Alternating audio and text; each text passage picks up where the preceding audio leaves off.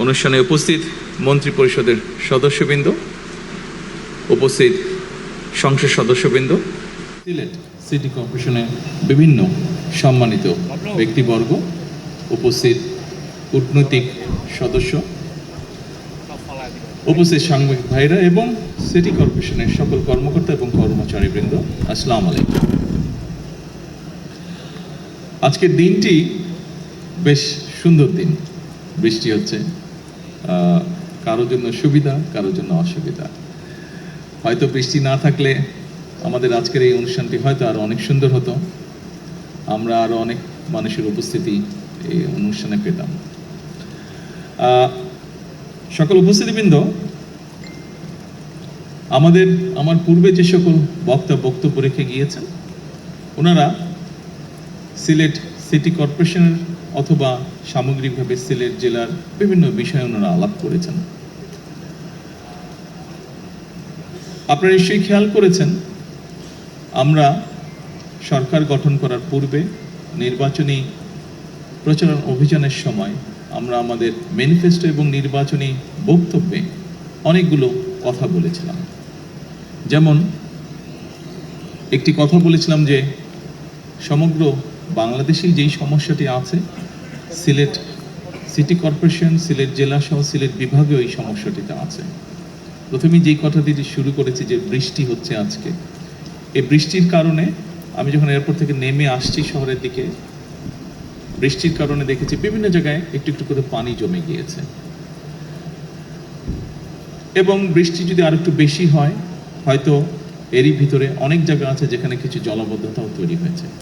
এরই ভিতরে আমরা দেখেছি পাহাড়ি ঢল, অতিবৃষ্টি সবকিছু মিলিয়ে সুনামগঞ্জ এলাকার বিরাট একটি অংশে কৃষকরা বিশেষ করে ক্ষতিগ্রস্ত হয়েছে, তাদের ফসল ক্ষতিগ্রস্ত হয়েছে। সুনামগঞ্জ ছাড়াও আরও যেগুলো হাওড় অঞ্চল আছে বাংলাদেশের বিভিন্ন জায়গায়, কিশোরগঞ্জ আছে, নেত্রকোনা আছে, ময়মনসিংহের ওদিকে আছে, এরকম অনেকগুলো জেলায় এরই ভিতরে বিভিন্ন জায়গায় কৃষকরা বিশেষ করে ক্ষতিগ্রস্ত হয়েছে। শহরগুলো তো আছে। কিছুদিন আগে আপনারা দেখেছিলেন চট্টগ্রামের কিছু নিউজ এসেছিল, যদিও সেটার মধ্যে পরে আমরা দেখেছি পুরোপুরি সত্যতা ছিল না। যাই হোক, আমরা দেখেছি অতিবৃষ্টির কারণে জলবদ্ধতা। এই সকল বিষয়কে বিবেচনা করে এর আগে সবচেয়ে প্রথমে খুব সম্ভবত সচিব সাহেব উনি সিলেট সিটি কর্পোরেশনের নাগরিকদের পানির চাহিদা পূরণ করতে গিয়ে একটি কথা বলেছেন যে পরিমাণ চাহিদা প্রতিদিনের পানির, তার অধিকাংশটাই আন্ডারগ্রাউন্ড থেকে ওনারা তুলছেন এই পানিটা। অর্থাৎ আন্ডারগ্রাউন্ড ওয়াটার লেভেল যেটা আছে সেটা ধীরে ধীরে নিচে নেমে যাচ্ছে, অল্প অংশই ওনারা নদী থেকে আনতে পারছেন। এই সকল কিছু বিষয় মাথার মধ্যে রেখে বিবেচনা করে আমরা তখন বলেছিলাম যে খাল খনন একটি কর্মসূচি আমরা দিয়েছিলাম সারা দেশে।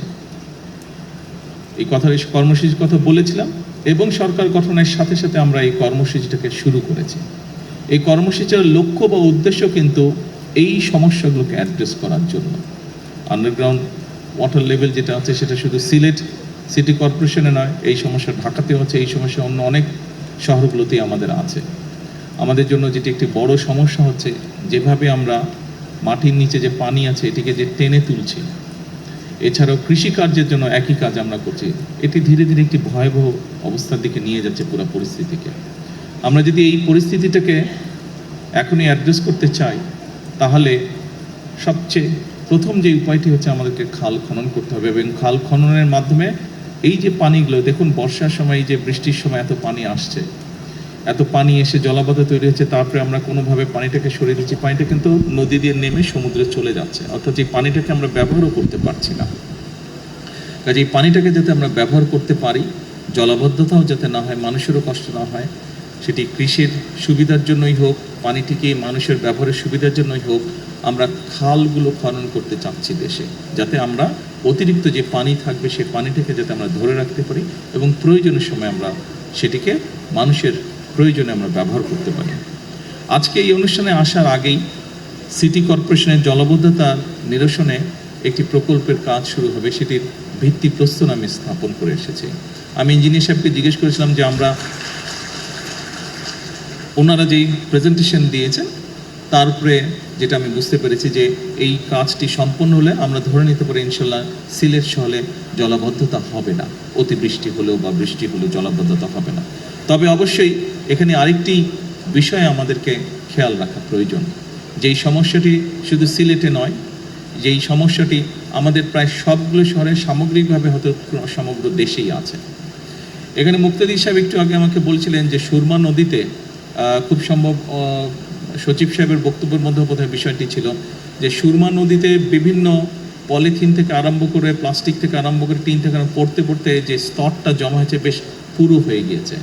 প্রায় বছরখানেক আগে, তখন তো অবশ্যই আমি লন্ডনে ছিলাম, সেখানে আমি যে কোনো একজন ভদ্রলোকের সাথে আলাপ করছিলাম যার কিছু এক্সপার্টিস রয়েছে এই বিষয়গুলোর উপরে।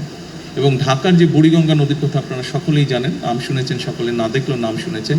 সেই বুড়িগঙ্গা নদীতে ওনাদের বক্তব্য অনুযায়ী প্রায় 2 মিটার মানে 5-6 ফিটের মতন প্রায় স্তর জমে গেছে নিচে, এত স্তর জমে গেছে ময়লা জমে জমে। এই বিষয়টি কম বেশি প্রায় সবগুলো বাংলাদেশের শহরের ক্ষেত্রেই প্রযোজ্য, এবং এই বিষয়টিকে যদি আমরা এখনই অ্যাড্রেস করা না ধরি তাহলে একটা সমস্যার মধ্যে পড়তে হবে। বুড়িগঙ্গা নদীর পানি অসম্ভব রকম বিষাক্ত হয়ে গিয়েছে।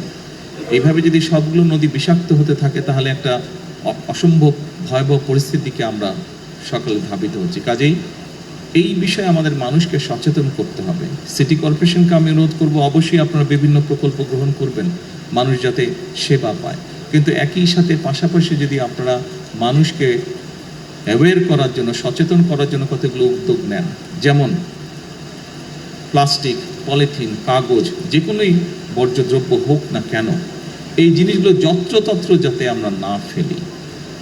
এইটি যদি আপনারা বিশেষ করে যতগুলো সিটি কর্পোরেশনের ভেতরে স্কুল আছে, ছোট ছোট বাচ্চা, বিশেষ করে প্রাইমারি স্কুল, হাই স্কুল, এই বাচ্চাদেরকে যদি এই জিনিসগুলো শেখানো ধরেন, কারণ হয় কি, বড়রা শিখলেও কিছু শুনলেও সহজে শিখতে চায় না। একটা মানুষ 25, 30, 35, 40 বছর বয়সে তাকে যদি আপনি কিছু শেখাতে চান অনেক বেগ পেতে হয়, কিন্তু আপনি যদি একটা ছোট বাচ্চাকে যদি ভালো কিছু শেখান ওটা কিন্তু তার মাথায় ঢুকে যায়। এবং ছোট বাচ্চাকে যদি আপনি সেটা শিখিয়ে ফেলতে পারেন, সবচেয়ে বড় যেটা সুবিধা হয়, সে স্কুলে ভালো জিনিস যেটা শিখে আসবে সেটা সে যেমন ফলো করবে, সে তার বাবা মাকেও ওটা মানতে বাধ্য করবে। বাচ্চারা করে এটা। সেই জন্য আমি সিটি কর্পোরেশনকে অনুরোধ করব, এবং শুধু সিলেট সিটি কর্পোরেশন নয়, এই বিষয়টি আমি সকল সিটি কর্পোরেশনকে অনুরোধ করব, আপনারা যদি অন্তত আপনাদের এলাকায় সিটি কর্পোরেশনের ভিতরে যে সকল স্কুল আছে সেই স্কুলগুলোতে যদি আপনারা কোনো উদ্যোগ নিয়ে বাচ্চাদেরকে এই বিষয়গুলোতে সচেতন করতে পারেন, তাহলে আমরা ধীরে ধীরে এই কাজটি শুরু করতে পারবো, যে পরিবেশকে আমরা আস্তে আস্তে আস্তে ঠিক করে আনতে পারবো। কারণ আজকের শিশুরাই আগামী দিনের ভবিষ্যৎ। তারা দেশ এবং জাতির জন্য ভালো কোনো কিছু আজকে যেটা শিখবে, ডেফিনেটলি তারা যখন বড় হবে, তারা ইনশাল্লাহ যখন একটি অবস্থানে যাবে কেউ না কেউ, তারা সেটি দেশের জন্য, সমাজের জন্য, মানুষের জন্য সেটি তারা অ্যাপ্লাই করবে। সম্মানিত উপস্থিতিবৃন্দ, এটা গেল পরিবেশের কথা। আসুন, স্বাভাবিকভাবেই এখানে আপনারা যারা বসবাস করেন, বিভিন্ন সময় আপনাদেরকে দেশের বিভিন্ন জায়গায় কাজের জন্য যেতে হয়। নির্বাচনের সময় যখন আমি এসেছিলাম, আমি প্লেনে এসেছিলাম, কিন্তু যাবার সময় আমি বাই রোড গিয়েছিলাম নির্বাচনী জনসভা করতে করতে।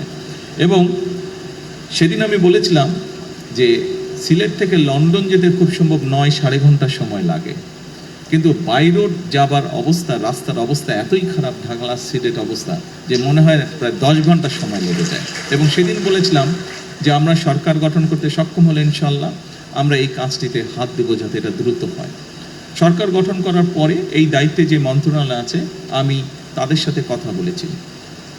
আমি তখন জানতে পারলাম যে খুব সম্ভবত কাজটি যখন শুরু হয়, বিভিন্ন জায়গায় তাদের যে কোম্পানিগুলো কাজ করবে তাদের যে সাইট অফিস থাকে, সেখানে জমি অ্যাকোয়ার করতে হয় সাইট অফিস, এবং বিভিন্ন কারণে 11টি জায়গায় যেখানে সমস্যা রয়ে গিয়েছে, প্রশাসনিক সমস্যা রয়ে গেছে, সেই এছাড়াও কিছু সমস্যা আছে যে কারণে কাজটি বন্ধ হয়ে পড়েছিল। সংশ্লিষ্ট মন্ত্রণালয় উদ্যোগ নিয়েছে। আমি আশা করছি ইনশাল্লাহ দ্রুততম সময়ে আমরা এই কাজটি শুরু করতে পারবো, রাস্তার কাজ আমরা শুরু করতে পারবো। সময় লাগবে, তবে কাজটি শুরু করলে ইনশাল্লাহ শেষ তো এক সময় হবে, এবং আগামী কয়েক বছরের মধ্যে আমরা এটা ইনশাল্লাহ শেষ করতে পারবো। এবং তার ফলে যেটা হবে, মানুষের যাতায়াতে, ঢাকা টু সিলেট, সিলেট টু ঢাকা যাতায়াত, বাই রোড যাতায়াতের এত কষ্ট মানুষকে ইনশাল্লাহ ভোগ করতে হবে না। সম্মানিত উপস্থিতিবৃন্দ,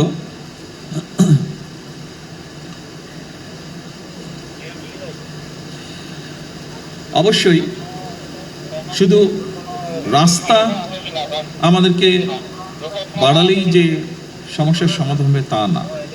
একই সাথে আমরা যদি রেলওয়ে, যেখানে আমরা কম খরচে যাতায়াত করতে পারি, একই সাথে ব্যবসায়ীরাও তাদের ব্যবসায়িক মাল আনা নেওয়ার ক্ষেত্রেও কম খরচে আনতে পারেন, আমরা যদি রেলওয়েটাকে ডেভেলপ করতে পারি।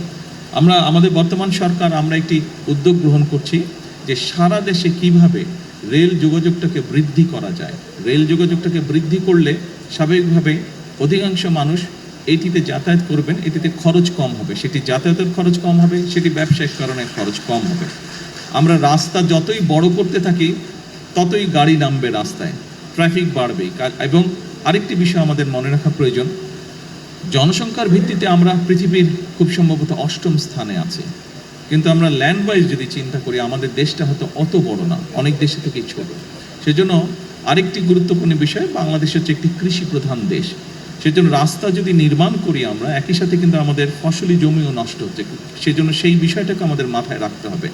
এত বিপুল সংখ্যক জনগোষ্ঠীর খাবার তো আমরা বিদেশ থেকে ইম্পোর্ট করা সম্ভব না, এবং আমরা আলহামদুলিল্লাহ মোটামুটিভাবে খাদ্য সহিংসপূর্ণ, কাজে এইটিকেও আমাদের ধরে রাখতে হবে। সেজন্যই অবশ্যই রাস্তার উন্নয়ন, আমরা রাস্তার ক্ষেত্রে যোগাযোগ ব্যবস্থা উন্নয়ন করব, কিন্তু রেলটাকে আমরা ডেভেলপ করতে চাই। স্বাভাবিকভাবেই সিলেটের মানুষ নিশ্চয়ই উৎসাহী হবেন না, খুব ইন্টারেস্টেড হবেন না শুনতে যে ঢাকা রংপুর রেল ব্যবস্থা উন্নতি হচ্ছে। আপনারা নিশ্চয়ই ইন্টারেস্টেড হবেন যে ঢাকা সিলেট বা সিলেট ঢাকা রেল ব্যবস্থা উন্নতি হচ্ছে। আমরা চেষ্টা করছি এই ব্যাপারে, ইনশাল্লাহ এ ব্যাপারে আমরা চেষ্টা করছি যে ডবল লাইন কিভাবে করা যায়, ডাবল লাইনের মাধ্যমে এই সমস্যাটার সমাধান করা যায়, দ্রুততর করা যায় ঢাকা সিলেট বা সিলেট ঢাকা রেলওয়ের ব্যবস্থা। আসনের পরে আমি যখন নির্বাচনী সময় বিভিন্ন এলাকায় গিয়েছি দেশের, শুধু সিলেট নয়, সিলেট সহ বাংলাদেশের উত্তরাঞ্চল বলেন, দক্ষিণ অঞ্চল বলেন, যে এলাকায় গিয়েছি আমি অনেক বিষয়ের মধ্যে একটি বিষয় এলাকার মানুষ আমার কাছে তুলে ধরেছে, এবং খুব স্বাভাবিকভাবেই আমরা বিষয়টি ভিন্নভাবেও জানি। সেটি হচ্ছে বাংলাদেশের মানুষের স্বাস্থ্য ব্যবস্থা বা চিকিৎসা ব্যবস্থা। দুঃখজনকভাবে হলেও সত্য যে শহরের মানুষ কিছুটা চিকিৎসা সুবিধা পেলেও গ্রামের অধিকাংশ জায়গায় এখনও আমরা ভালোভাবে স্বাস্থ্যসেবা পৌঁছে দিতে সক্ষম হইনি, এবং সেজন্যই আমরা বলেছিলাম যে আমরা একটি ব্যবস্থা গ্রহণ করতে চাই। এটি আমি সংক্ষেপে আপনাদের সামনে তুলে ধরছি, আমি এর আগেও কয়েকবার বলেছি। দেখুন, এখানে আপনারা যারা আছেন সিলেটের মানুষ, বিশেষ করে অনেকেরই, প্রায় বহু মানুষেরই লন্ডন সফর করার সুযোগ হয়েছে। যারা যারা লন্ডনে গিয়েছেন আপনারা সকলেই জানেন NHS নামে একটি প্রকল্প আছে, বা NHS নামে একটি ওখানে সংগঠন আছে, যাদের দায়িত্ব হচ্ছে সেই দেশের সকল মানুষের, যারা সেই দেশের বৈধ নাগরিক, তাদের সকলের চিকিৎসা ব্যবস্থা তারা লুক আফটার করে, তারা দেখভাল করে। এবং ব্রিটেনের মতন দেশে কিন্তু NHS নিয়ে এখন তারা বেশ প্রেসারে আছে। এটি একটি ব্যয়বহুল বিষয়। সেই দেশের আইন অনুযায়ী সেই দেশের নাগরিক বা বৈধভাবে যারা বসবাস করে তাদের যে কোনো ধরনের অসুস্থতা সুস্থ করার দায়িত্ব হচ্ছে সরকারের। সেই জন্য খুব স্বাভাবিকভাবেই যেহেতু এটা সরকারের দায়িত্ব, সরকারের উপর একটি চাপ থাকে, অর্থনৈতিক একটি বিষয় থাকে এখানে বিষয়। আমরাও চাই আমরা আমাদের দেশের নাগরিকদেরকে সুস্থ রাখতে, তাদের কাছে স্বাস্থ্যসেবা পৌঁছে দিতে। কিন্তু যেটি এখন ইউরোপে প্রত্যেকটি দেশই দেখছে, যেই দেশগুলো উন্নত তারা দেখছে যে স্বাস্থ্যসেবাটা, একজন মানুষ যখন অসুস্থ হয় তাকে চিকিৎসা দেওয়া, ডাক্তার, নার্স, হসপিটালের বেড, ওষুধপত্র সব কিছু বেশ ব্যয়বহুল। কাজেই আমরা যদি একটি পরিকল্পনা গ্রহণ করি যে আমরা যদি মানুষকে সচেতন করতে পারি, সচেতনতার মাধ্যমে আমরা যদি অসুস্থ মানুষের সংখ্যা কমিয়ে আনতে পারি, তাহলে যারা অসুস্থ হবেন তারা বেটার সার্ভিস পাবে যখন তারা ডাক্তারের কাছে যাবে, যখন তারা হসপিটালে যাবে। আমরাও এরকম একটি পরিকল্পনা গ্রহণ করছি, এবং এর অংশ হিসেবেই আমরা দেশে 1 লক্ষ স্বাস্থ্যকর্মী নিয়োগ করার পরিকল্পনা গ্রহণ করেছি। এই মানুষগুলো, এবং এই 1 লক্ষের মধ্যে 80% থাকবে নারী স্বাস্থ্যকর্মী। এই মানুষগুলোর দায়িত্ব হবে গ্রামে গ্রামে ঘরে ঘরে যাওয়া, শহরেও তারা থাকবে, তবে আমরা জোর দেব গ্রামের মানুষের উপরে বেশি।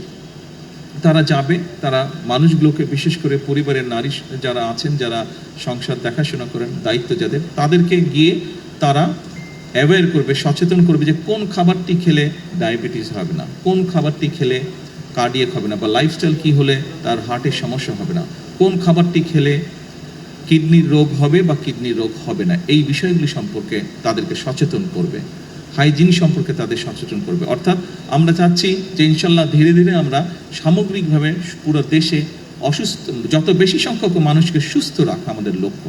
তার ফলে স্বাভাবিকভাবে যারা হসপিটালে আসবে পরবর্তীতে অসুস্থ হয়ে তাদেরকে যাতে বেটার চিকিৎসা দেওয়া যায়। স্বাভাবিকভাবেই চিকিৎসা অসুস্থ মানুষের সংখ্যা যখন কম হবে, আপনার মেডিকেলের ক্ষেত্রে আমাদের জন্য সুবিধা হবে টেক কেয়ার করতে। সম্মানিত উপস্থিতিবৃন্দ, সিলেট মেডিকেল কলেজের অধীনে 250 শয্যার একটি হাসপাতাল, এই হাসপাতালটি আমরা চেষ্টা করছি দ্রুত যাতে চালু হতে পারে ইনশাল্লাহ। একই সাথে আমরা এরপরে এটাকে চেষ্টা করব এক্সপ্যান্ড করে 1200 শয্যার একটি হাসপাতালে নিতে আমরা ইনশাল্লাহ চেষ্টা করব, আমাদের পরিকল্পনার মধ্যে রয়েছে। আরেকটি বিষয় এখানে উঠে এসেছে আলোচনায়, বেশ কয়েকজন বক্তা আমার আগে উল্লেখ করেছেন যে একটি সমস্যা আছে এখানে, খুব সম্ভবত মুক্তাদির সাহেব বোধহয় ওনার বক্তব্যে বলেছেন যে সিলেটে সেই পরিমাণ ইন্ডাস্ট্রি বা কলকারখানা ব্যবসায়িক প্রতিষ্ঠান নেই। খুব স্বাভাবিকভাবেই অনেক মানুষ, তরুণ সমাজের অনেক সদস্য তারা বেকার থাকে। আমি এই কথাটি আপনাদেরকে আগেও বলেছিলাম, যাদের আমার বক্তব্য শোনার সুযোগ হয়েছিল নির্বাচনের পূর্বে, যে আমাদের অনেকগুলো পরিকল্পনা আছে। এর ভিতরে মুক্তাদি সাহেব এখানে আছে, উনি একটি কথা বললে পারতেন। সরকার গঠন করার বোধহয় সপ্তাহখানেকের মধ্যে আমি ওনাকে দেখেছি, যেহেতু শিল্প কলকারখানার আন্ডারে বাংলাদেশ অনেকগুলো বিভিন্ন জায়গায় অনেক কলকারখানা বন্ধ হয়ে পড়ে আছে। আমরা সিদ্ধান্ত গ্রহণ করেছি এই কলকারখানাগুলোকে যত দ্রুত সম্ভব কারণ বের করে যত দ্রুত সম্ভব, যদি দরকার হয় আমরা প্রাইভেটাইজ করবো সেগুলোকে, যারা এগুলো চালাতে আগ্রহী তাদের কাছে আমরা হ্যান্ড ওভার করবো। অর্থাৎ এই কলকারখানাগুলো আমরা দ্রুত, খুব সম্ভবত এই সপ্তাহে বোধহয় এই ব্যাপারে আপনার সাথে বসার কথা আমার বোধহয় 4 তারিখে, ওই যে অন্য সবাইকে নিয়ে 4 তারিখে এটার ওনারা রিপোর্ট দেবেন আমাকে যে কতটুকু আমরা অগ্রসর হলাম। কাজে আমাদের লক্ষ্যই ছিল, তখনই আমরা বলেছিলাম যে এই কাজটি আমরা শুরু করব, এবং এই কাজটি শুরু করতে পারলে একদিকে সারা দেশে বহু কর্মসংস্থানের ব্যবস্থা হবে, এটি গেল একটি বিষয়। এবং একই সাথে আমরা চেষ্টা করছি দেশে এবং বিদেশে যারা বিনিয়োগকারী আছেন তাদেরকে উৎসাহিত করার জন্য, যাতে তারা বিভিন্ন ব্যবসা প্রতিষ্ঠান, মিল কারখানা অথবা সার্ভিস ইন্ডাস্ট্রি যেটাই হোক, তারা যাতে বিনিয়োগ করেন এবং বিভিন্ন সমস্যা আছে সেই সমস্যাগুলোতে তাদেরকে আমরা চেষ্টা করছি সহযোগিতা করতে, যাতে তারা বিনিয়োগ করেন, কর্মসংস্থানের সুযোগ হয়। সিলেটে একটি আইটি পার্ক করা হয়েছিল, আইটি পার্কটি সেভাবে সচল নেই। এই আইটি পার্কটি নিয়ে অলরেডি এর মধ্যে আমাদের আলোচনা হয়েছে, আমাদের যে মন্ত্রণালয় আছে তারা কাজ করছে। আমি কোয়াইট কনফিডেন্ট আই যে ইনশাল্লাহ দ্রুততম সময়ে আমরা এটা চালু করতে সক্ষম হব আইটি পার্কটি, যাতে করে আমাদের তরুণ সমাজের অনেক সদস্য আছে যারা ফ্রিল্যান্সিংয়ের কাজ করে, আইটির বিভিন্ন কাজ করে, ডাটা প্রসেসিং কাজ করে, তাদেরকে আমরা ওখানে সুযোগ তৈরি করে দেওয়ার চেষ্টা করব, যাতে করে সেই মানুষগুলো যারা কাজ করছে তারাও ওখানে কাজ করার সুযোগ পায়, যাতে তাদের ইনকাম বৃদ্ধি করার সুযোগ পায়।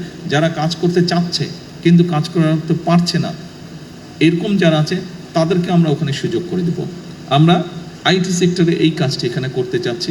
এর বাইরে আমরা বলেছিলাম যে আমরা বিভিন্ন জায়গায় আমরা চেষ্টা করব আমাদের যে ভোকেশনাল ইনস্টিটিউট আছে এগুলোকে আপডেট করতে, মডার্নাইজ করতে, ফলে বিভিন্ন মানুষ যারা আছে যাদের বিভিন্ন শিক্ষাগত যোগ্যতা অনুযায়ী এই মানুষগুলোকে আমরা ট্রেন করব, যাতে করে দেশের ভিতরে এবং দেশের বাইরে তারা কর্মসংস্থানের ব্যবস্থা করতে পারেন। সম্মানিত উপস্থিতিবৃন্দ, সংক্ষেপে আজকে এতটুকুই আপনাদের সামনে বলবো। এই হচ্ছে আমাদের পরিকল্পনা, আমরা কি কি চিন্তা করেছি এবং এরই ভিতরে সেই চিন্তাগুলো বাস্তবায়নের জন্য কি কি উদ্যোগ গ্রহণ করছে আপনাদের সামনে আমি আজকে তুলে ধরলাম। দেখুন, 2.5 মাস বয়সে একটি শিশু কিন্তু হাঁটতে পারে না, শিশুটাকে হাঁটতে হলে আরো কিছুদিন অপেক্ষা করতে হয়। বর্তমান সরকারের বয়স 2.5 মাসের মতো। তবে আমরা এরই ভিতরে আমরা যে সকল কমিটমেন্ট দেশের মানুষের সামনে উপস্থাপন করেছিলাম, দেশের মানুষকে আমরা দিয়েছিলাম, সেই কমিটমেন্টগুলো বাস্তবায়নের কাজ আমরা শুরু করেছি। এখানে আজকে যারা উপস্থিতবৃন্দ আছেন আপনারা এরই ভিতরে দেখেছেন যে সারা দেশে আমরা ফ্যামিলি কার্ডের কথা বলেছিলাম নারীদের স্বাবলম্বী করার জন্য, আমরা কৃষক কার্ডের কথা বলেছিলাম কৃষক ভাইদেরকে সহযোগিতা করার জন্য, আমরা বলেছিলাম যে আমরা দেশে আমাদের যে ভবিষ্যৎ প্রজন্ম আছে তাদের ভিতর থেকে আমরা ভালো যারা বিভিন্ন খেলাধুলায় বিভিন্ন মানুষের বিভিন্ন কোয়ালিটিস থাকে, গুণাগুণ থাকে, সেইগুলোকে আমরা বের করে আনতে চাই। এখানে যারা আমাদের বয়সী আছেন, কম বেশি অনেকেরই ধারণা আছে শহীদ রাষ্ট্রপতি জিয়াউর রহমানের সময় দেশের ছোট ছোট ছেলে মেয়ে যারা ছিল সেই সময় তাদের ভিতর থেকে ট্যালেন্টেড যারা ছিল তাদেরকে বের করে আনার জন্য নতুন কুড়ি নামক একটি অনুষ্ঠান চালু করা হয়েছিল। আপনাদের অনেকেরই সে ধারণা আছে যারা সেই সময় শহীদ জিয়াকে দেখেছেন। সেটারই একটি এক্সটেন্ডেড অংশ হিসাবে আমরা দেশের এই ছোট ছোট ছেলে মেয়েদের ভিতর থেকে ভবিষ্যতে ভালো খেলোয়াড় বের করে আনতে চাই এবং তারই অংশ হিসেবে নতুন করে স্পোর্টস, যেটি আমরা আজকে এই সিলেটের মাটি থেকে আনুষ্ঠানিকভাবে শুরু করব ইনশাআল্লাহ। আমি গতকাল জিজ্ঞেস করেছিলাম আমাদের যে স্পোর্টস মিনিস্টার আছে আমিনুল, তাকে আমি জিজ্ঞেস করলাম যে কত বাচ্চা এনরোল হয়েছে। আমাকে গতকাল সন্ধ্যায় ও যে রিপোর্ট দিল, গতকাল না সরি, এটা পরশুদিন সংসদে আমি জিজ্ঞেস করেছিলাম যে কত বাচ্চা এনরোল হয়েছে। গত পরশুদিন পর্যন্ত ও আমাকে যেটা জানিয়েছে সারা দেশে, এটি আজকে অনলাইনে এখানে উদ্বোধন করব, সারা দেশেই প্রায় সবগুলো জেলাতেই এটা উদ্বোধন হবে। সারা দেশে প্রায় 1,30,000 বাচ্চা গত পরশুদিন পর্যন্ত এনরোল করেছে। কাজেই উপস্থিতিবৃন্দ, আমরা এই 1,30,000 বাচ্চার ভিতর থেকে নিশ্চয়ই 7-8টি ওরা স্পোর্টস ঠিক করেছে। এর ভিতর থেকে নিশ্চয়ই আমরা এমন কিছু খেলোয়াড় বের করে নিয়ে আসতে পারবো যারা ভবিষ্যতে ইনশাল্লাহ দেশের জন্য স্বর্ণ পদক ছিনিয়ে নিয়ে আসবে আন্তর্জাতিক অঙ্গন থেকে। দেশের সুনাম তারা বৃদ্ধি করতে সক্ষম হবে আন্তর্জাতিক অঙ্গনে, দেশকে তারা তুলে ধরতে পারবে। ক্রিকেট যেরকম আজকে আমাদেরকে বিশ্ব দরবারে তুলে ধরেছে বাংলাদেশকে, বাংলাদেশের জন্য সম্মান নিয়ে এসছে, মেয়েদের ফুটবল টিম যেরকম কয়েকদিন আগে দেশের জন্য আন্তর্জাতিক সম্মান বয়ে নিয়ে এসছে, এইভাবে আমাদের ছেলেমেয়েরা দেশের জন্য ভবিষ্যতে ইনশাল্লাহ সম্মান বয়ে নিয়ে আসতে পারবে। সকল উপস্থিতিবৃন্দ, আমরা আমাদের দলীয় অবস্থান থেকে একটি স্লোগান দিয়ে থাকি। স্লোগানটি হচ্ছে করব কাজ গর্ব দেশ, সবার আগে বাংলাদেশ। আমি ব্যক্তিগতভাবে দৃঢ়ভাবে বিশ্বাস করি যে পৃথিবীর বহু দেশকে আমরা দেখেছি, বহু দেশ নিয়ে মাঝে মাঝে যখন নিজেরা বসি গল্প করি, আহা ওই দেশটা তো এরকম ছিল, আজ তো কি সুন্দর হয়ে গেছে। আমি দৃঢ়ভাবে বিশ্বাস করি পরিশ্রম যদি আমরা করি তাহলে আমাদের দেশটিকে আমরা তাদের মতন করে গড়ে তুলতে পারবো। এবং এই আত্মবিশ্বাস নিয়ে এই সরকার যাত্রা শুরু করেছে, তার কার্য পরিচালনা শুরু করেছে। এবং এই আত্মবিশ্বাস আমি মনে করি আজ আমরা যাত্রা শুরু করেছি, এই কাজগুলোকে দেশ এবং দেশের মানুষের জন্য যে কাজগুলো আমরা শুরু করেছি, আমাদের ভবিষ্যৎ প্রজন্ম সেই কাজগুলোকে ইনশাল্লাহ এগিয়ে নিয়ে যেতে পারবে এবং আমরা আমাদের একটি প্রত্যাশিত বাংলাদেশ গঠন করতে সক্ষম হব ইনশাল্লাহ একদিন। সম্মানিত সকল উপস্থিতিবৃন্দ, কষ্ট করে আজকের এই প্রতিকূল আবহাওয়ার মধ্যে এইখানে উপস্থিত হওয়ার জন্য, আমার কথা শোনার জন্য আপনাদেরকে আন্তরিকভাবে ধন্যবাদ জানাচ্ছি। আসসালামু আলাইকুম। ধন্যবাদ এবং অশেষ কৃতজ্ঞতা গণপ্রজাতন্ত্রী বাংলাদেশ সরকারের মাননীয় প্রধানমন্ত্রী জনাব তারেক রহমান এমপি মহোদয়কে। ধন্যবাদ ম্যাডাম ডক্টর জুবাইদুর রহমান। ধন্যবাদ মাননীয় মন্ত্রীবর্গ, মাননীয় সংসদ সদস্যবৃন্দ, মাননীয় প্রধানমন্ত্রী মহোদয়, সফর সঙ্গীবৃন্দ, সম্মানিত সুধীমণ্ডলী।